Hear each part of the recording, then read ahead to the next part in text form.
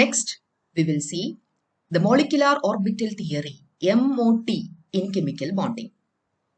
This theory was developed by Hunt and Mulligan in 1932. തിയറിയുടെ salient features, പ്രധാന സവിശേഷതകൾ എന്തൊക്കെയാണെന്ന് കാണാം. മോളിക്കുലാർ ഓർബിറ്റൽ തിയറി പ്രകാരം തന്മാത്രകളിൽ ഇലക്ട്രോൺ സ്ഥിതി ചെയ്യുന്നത് പുതിയ ഓർബിറ്റലുകളായ മോളിക്കുലാർ ഓർബിറ്റലുകളിലാണ്. എന്തായിരുന്നു പേര്? മോളിക്കുലാർ ഓർബിറ്റലുകൾ. എന്തുപോലെ?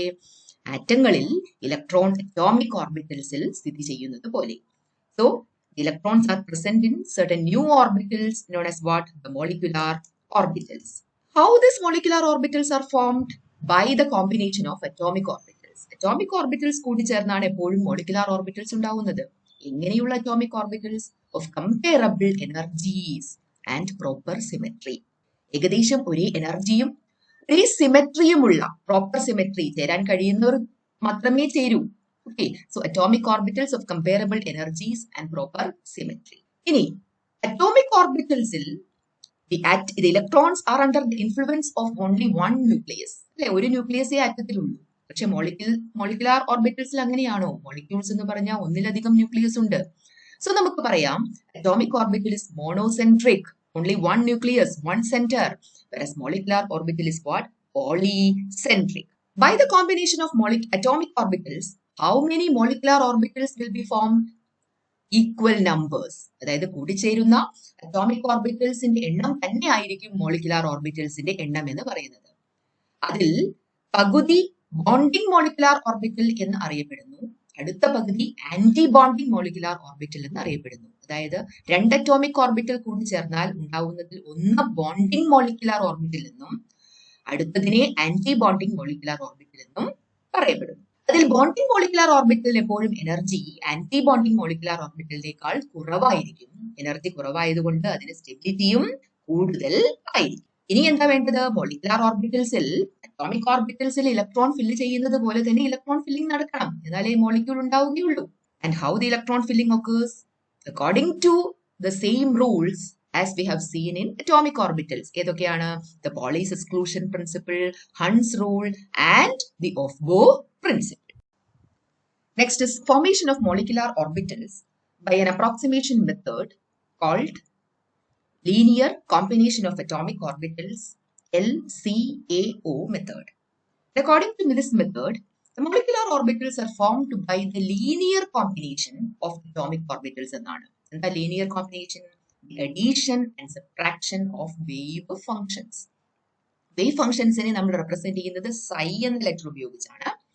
So molecular orbitals ആണെങ്കിലും atomic orbitals ആണെങ്കിലും you will be using what? The representation psi. So psi mo for molecular orbital is equal to psi a plus or minus psi b, where a and b represent the atomic orbitals. Therefore, two molecular orbitals, അതായത് ബോണ്ടിങ്ങും anti ബോണ്ടിങ്ങും ഉണ്ടെന്നറിയാം. Bonding രൂപപ്പെടുന്നത് addition ഓവർലാപ്പിംഗിലൂടെയും anti bonding രൂപപ്പെടുന്നത് subtraction ഓവർലാപ്പിംഗിലൂടെയുമാണ്. Subtraction overlapping and addition overlapping of the wave functions. So here I have used the symbol sigma. Sigma മാത്രമല്ല, നമുക്ക് pi molecular ഓർബിറ്റൽസും ഇവിടെ കാണേണ്ടതുണ്ട്.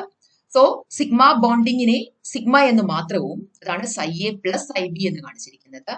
Sigma star ആണ് star representation anti ബോണ്ടിങ്ങിനെ സൂചിപ്പിക്കുന്നു. So sigma star is equal to psi a minus psi b. Bonding molecular ഓർബിറ്റൽസിന് anti ബോണ്ടിങ്ങിനേക്കാൾ energy കുറവാണെന്ന് നമ്മൾ നേരത്തെ കണ്ടു. അതിനനുസരിച്ച് നമുക്ക് എനർജി ലെവൽ ഡയഗ്രാം എങ്ങനെ വരയ്ക്കാമെന്ന് നോക്കാം. സോ ലെഫ്റ്റിൽ കാണിച്ചിരിക്കുന്നത് രണ്ട് ആക്സിസ് ആണ്. ഒന്ന് ഇൻക്രീസിങ് എനർജി ആക്സിസ്. അതിനനുസരിച്ച് എനർജി കൂടുമ്പോൾ സ്റ്റെബിലിറ്റി കുറയുമെന്നറിയാലോ. So decreasing stability. അടുത്ത് there is the formation of molecular orbitals. താഴെയായി എനർജി കുറഞ്ഞ ബോണ്ടിങ് മോളിക്കുലാർ ഓർബിറ്റൽസ് കാണിച്ചിരിക്കുന്നു. മുകളിൽ ആന്റി ബോണ്ടിങ് മോളിക്കുലാർ ഓർബിറ്റൽ കാണിച്ചിരിക്കുന്നു. എവിടെ നിന്നാണ് മോളിക്കുലാർ ഓർബിറ്റൽസ് ഫോം ചെയ്യുന്നത്? By the combination of atomic orbitals. So എക്സ്ട്രീംസിലായിട്ട് അറ്റോമിക് ഓർബിറ്റൽസും കാണിച്ചിരിക്കുന്നു.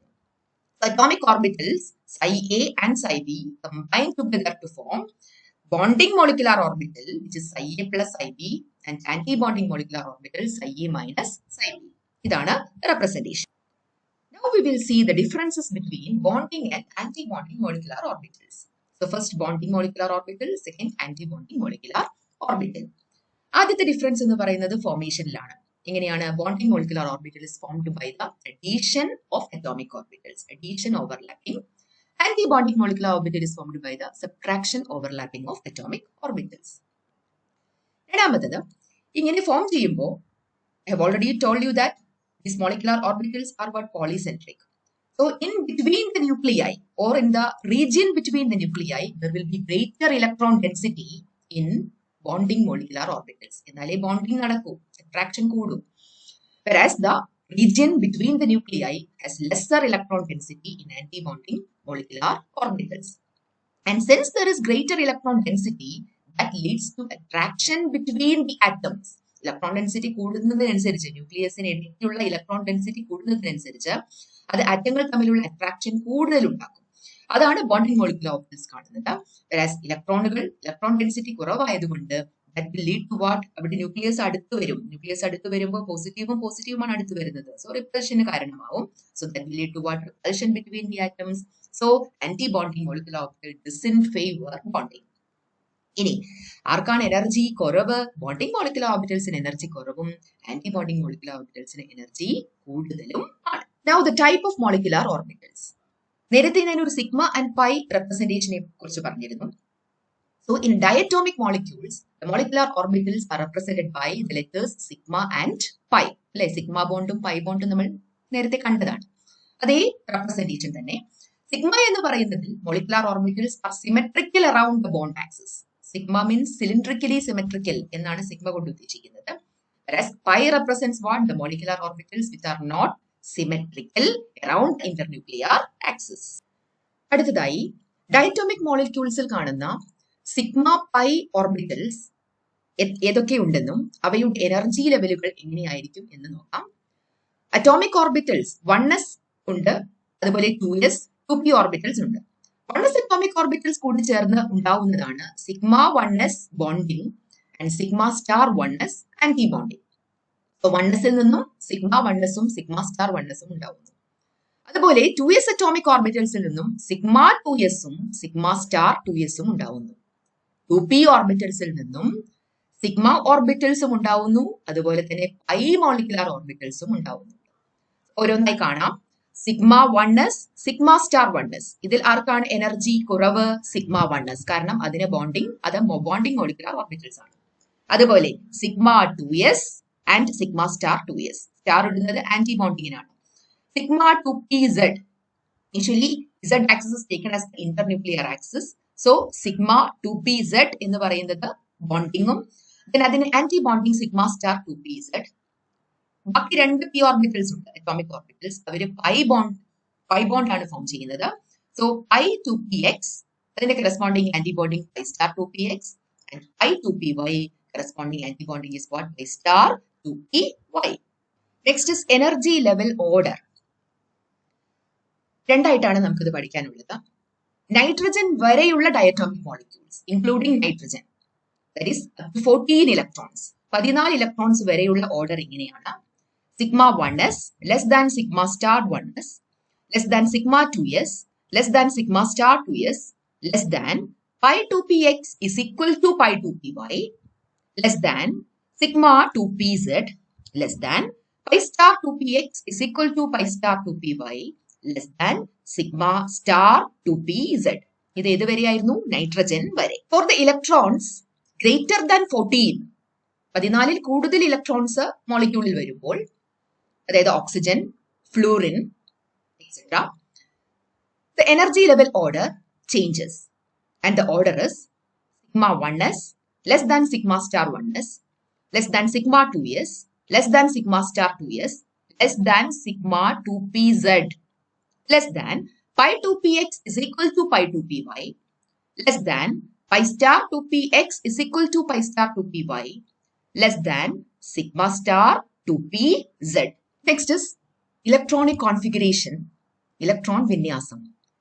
ആറ്റത്തിൽ ഇലക്ട്രോണിക് കോൺഫിഗറേഷൻ തീരുമാനിക്കുന്ന റൂളുകൾ Pauli's exclusion principle, Hund's rule, aufbau principle. ഒരു ഓർബിറ്റലിൽ മാക്സിമം കപ്പാസിറ്റി 2 എന്ന് പോളിസ് എക്സ്ക്ലൂഷൻ പ്രിൻസിപ്പിൾ പറയുന്നു. ഇൻക്രീസിംഗ് ഓർഡർ ഓഫ് എനർജിയിലാണ് ഇലക്ട്രോണുകൾ ഫില്ല് ചെയ്യേണ്ടത് എന്ന് ഓഫ് ബോ പ്രിൻസിപ്പിൾ പറയുന്നു. ഒരേ എനർജിയുള്ള ഡീജനറേറ്റ് ഓർബിറ്റൽസിൽ ഓരോന്നായി ഫില്ല് ചെയ്തതിനു ശേഷം മാത്രമേ പെയറിംഗ് നടക്കുകയുള്ളൂ എന്ന് ഹൺസ് റൂളും പറയുന്നു.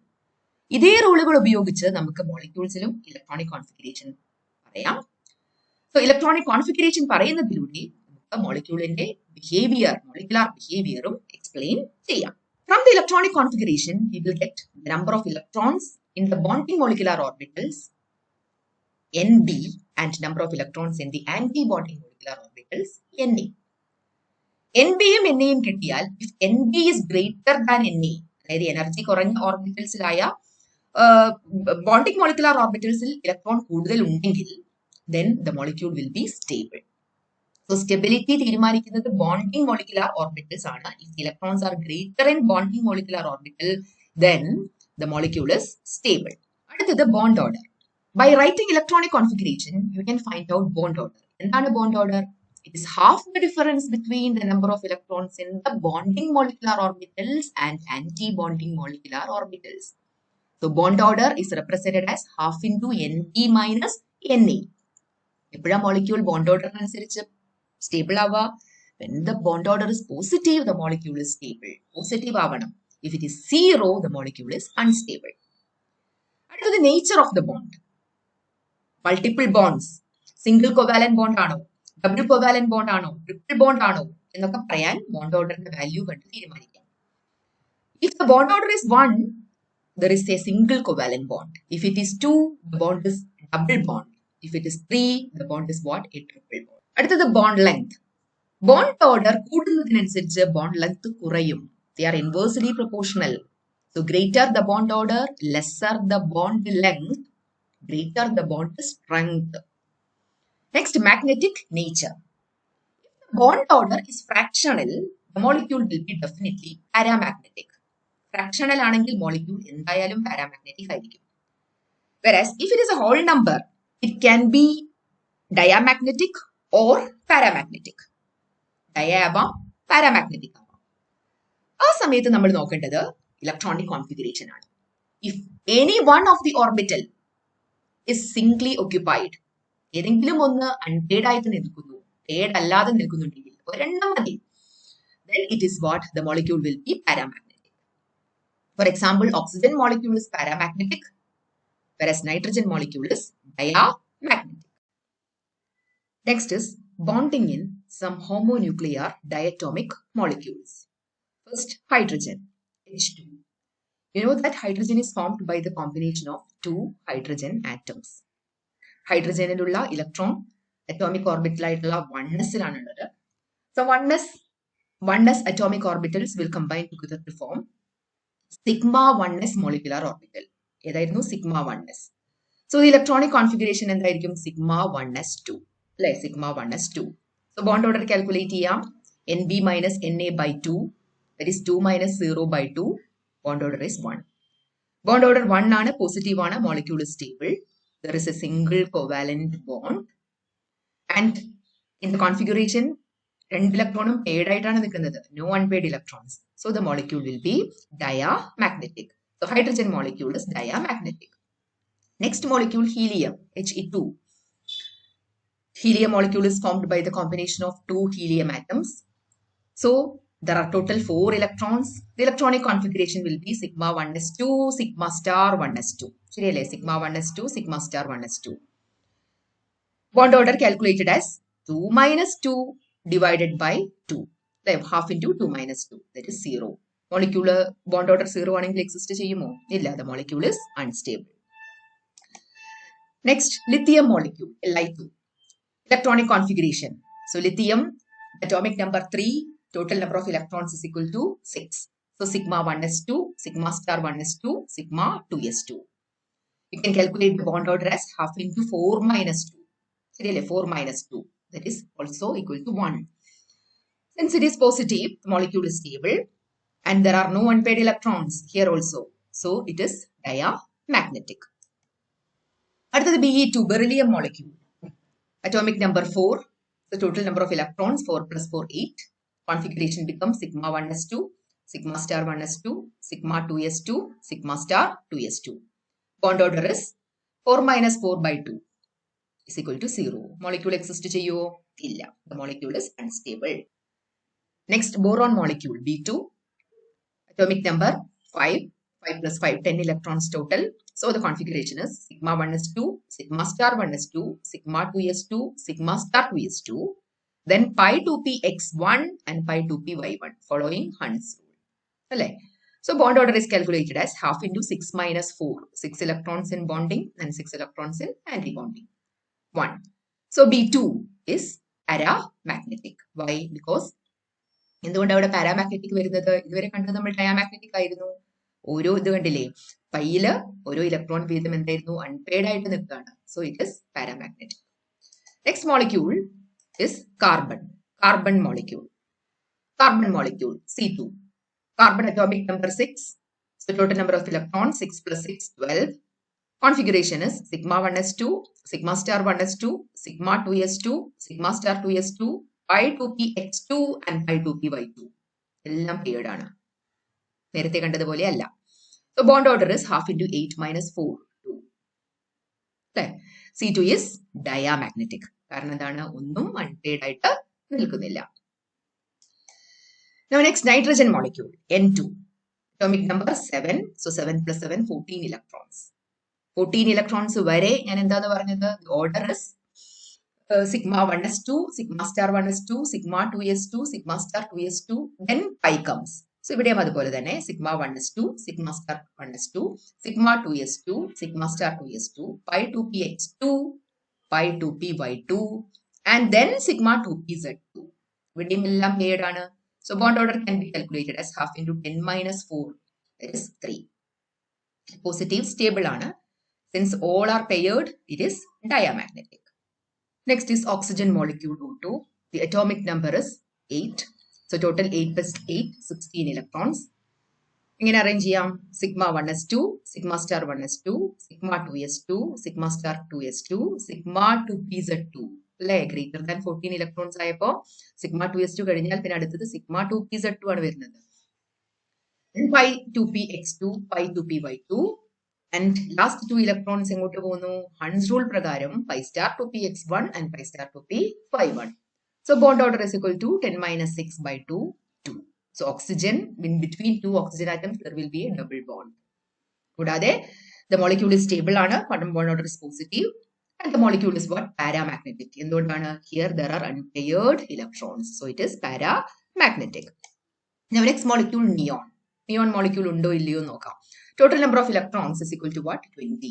So electronic configuration sigma 1 is 2, sigma star 1 is 2, sigma 2 is 2, sigma star 2 is 2, sigma 2p z2, pi 2p x2, pi 2p y2, pi star 2p x2, pi star 2p y2, and sigma star 2p z2. So bond order is 10 minus 10 divided by 2, 0. The molecule will not exist. So neon molecule exist ചെയ്യുന്നില്ല. അടുത്തത് MO diagram. Molecular orbital energy level diagram ആണ്. We will see the MO diagram of nitrogen molecule. First, energy axis വരയ്ക്കുന്നു.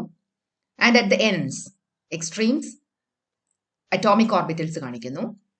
So atomic orbitals 1s, ഇതിന് മുകളിലായിട്ട് energy കൂടിയ 2s, ഇതിന് മുകളിലായിട്ട് 2p. So രണ്ട് സൈഡിലായിട്ട് അറ്റോമിക് ഓർബിറ്റൽസ് കാണിച്ചു. Then 1s and 1s will combine to form sigma 1s and sigma star 1s എന്ന കോമ്പിനേഷൻ കാണിക്കുന്ന രീതിയിൽ sigma 1s താഴെയും നടുക്ക് ഏറ്റവും താഴെയായിട്ട് sigma 1s, മുകളിലായിട്ട് sigma star 1s. അതുപോലെ തൊട്ടു മുകളിലായി 2s, എനർജി കൂടുതലായതുകൊണ്ട് 2s, അടുത്ത 2s, they combine to form sigma 2s, the bonding molecular orbital with lesser energy than the atomic orbitals. അല്ലെ, 2s-നേക്കാളും കുറവ് എനർജിയാണ്. അതുപോലെ 2s-നേക്കാൾ കൂടുതൽ എനർജിയാണ്. എത്ര എനർജിയാണോ കുറയുന്നത് അത്രയും എനർജി ആന്റി ബോണ്ടിങ്ങിന് കൂടുകയാണ് ചെയ്യുക. അതുപോലെ 2p ഓർബിറ്റൽസ് ടോട്ടൽ 3 3 6 വീതമുണ്ട്. സോ 3 സെറ്റ് വീതം 6 ഓർബിറ്റൽസ്. ആ 6 എങ്ങനെ ഓക്യുപ്പൈ ചെയ്യുന്നത്? ആദ്യം വരുന്നത് 2 pi 2px ഡീജനറേറ്റ് ആയതുകൊണ്ട് ഒരേ എനർജി ഉള്ളതാണ്. ദെൻ അതിന് മുകളിലായിട്ട് സിഗ്മ 2pz. ഈ രണ്ടു പേർക്കും അതായത് സിഗ്മ ഓർബിറ്റൽസിനും പൈ ഓർബിറ്റൽസിനും എനർജി എന്ന് പറയുന്നത് അറ്റോമിക് ഓർബിറ്റൽസിനേക്കാൾ താഴെയാണ്. Energy lesser. വെറാസ് ഇതിന്റെ ആന്റി ബോണ്ടിങ് വരുമ്പോൾ അവർക്ക് എനർജി പി ഓർബിറ്റൽസിനേക്കാൾ കൂടുതലാണ്. So pi star 2px, pi star 2py, അത് രണ്ടും ഒരുമിച്ച് കാണിച്ചിരിക്കുന്നു. കാരണം they have the same energy. ഏറ്റവും മുകളിലായിട്ട് ഏറ്റവും കൂടുതൽ എനർജിയുള്ള സിഗ്മ സ്റ്റാർ 2pz ആണ്. ഇത്രയും വരച്ചതിന് ശേഷം നിങ്ങൾക്ക് ഇലക്ട്രോൺ ഓക്യുപ്പേഷൻ കൊടുക്കാം. ഏതായിരുന്നു? നൈട്രജൻ കണ്ടെയ്ൻസ് 14 ഇലക്ട്രോൺസ് ആണ്. So 14 sigma 1s2 sigma star 1s2 sigma 2s2 sigma star 2s2 പിന്നെ pi 2p x2 y2 എല്ലാം കംപ്ലീറ്റ്ലി ഫിൽഡ് ആണ്. അതുപോലെ sigma last sigma 2p z2. ഇങ്ങനെയാണ് എനർജി ലെവൽ ഡയഗ്രാം വരയ്ക്കേണ്ടത്. അടുത്ത നമുക്ക് ഓക്സിജൻ മോളിക്യൂൾ നോക്കാം. ഓക്സിജൻ മോളിക്യൂളിന്റെ എനർജി ലെവൽ ഡയഗ്രാം കോൺഫിഗറേഷനിൽ വ്യത്യാസമുണ്ട് അല്ലെ. It is greater than 16 electrons ഉണ്ട്. സോ എനർജി ആക്സിസ് ദെൻ ഇവിടെ വരച്ചിരിക്കുന്നത് 2s ആണ്. നിങ്ങൾ ഇതിന്റെ താഴെ 1s ഓർബിറ്റിൽ കൂടി വരച്ചുകൂടാ, അത് വരച്ച് കാണിച്ചിട്ടില്ല. സോ 2s സ്റ്റാർട്ടിങ് 2sഉം 2sഉം കൂടി കമ്പൈൻ ചെയ്ത് സിഗ്മ 2sഉം സിഗ്മ സ്റ്റാർ 2sഉം കൊടുക്കുന്നു. പിന്നീട് 2pയും 2pയും നേരത്തെ പോലെ തന്നെ കാണിക്കുന്നു, പക്ഷെ ഓർഡറിൽ വ്യത്യാസമുണ്ട്. 2p and 2p orbitals combine to form. ആദ്യം വരുന്ന എന്താ സിഗ്മ 2pz ആണ്, എന്നിട്ടാണ് pi 2pxഉം pi 2pyയും വരുന്നത്. And then pi star 2px pi star 2py and finally sigma star 2pz. Then electron occupation കാണിക്കുന്നു. ആദ്യം sigma 1s sigma star 1s രണ്ടെണ്ണം വീതം, പിന്നെ 2s സിഗ്മ സ്റ്റാർ 2s രണ്ടെണ്ണം വീതം, സിഗ്മ 2pz 2, pi 2pxലും pi 2pyലും രണ്ടെണ്ണം വീതം. ലാസ്റ്റ് വരുന്ന 2 ഇലക്ട്രോൺ ഹൺസ് റൂൾ പ്രകാരം pi star 2px1ലും x1 ആയിട്ടും pi star 2py1 ആയിട്ടും occupy ചെയ്യുന്നു. So this is the molecular orbital energy level diagram of oxygen molecule. The next topic is hydrogen bonding. How can you define hydrogen bonding? See the definition. The attractive force which exists between a hydrogen atom bonded to fluorine, oxygen or nitrogen and the electronegative atom of the same or different molecule.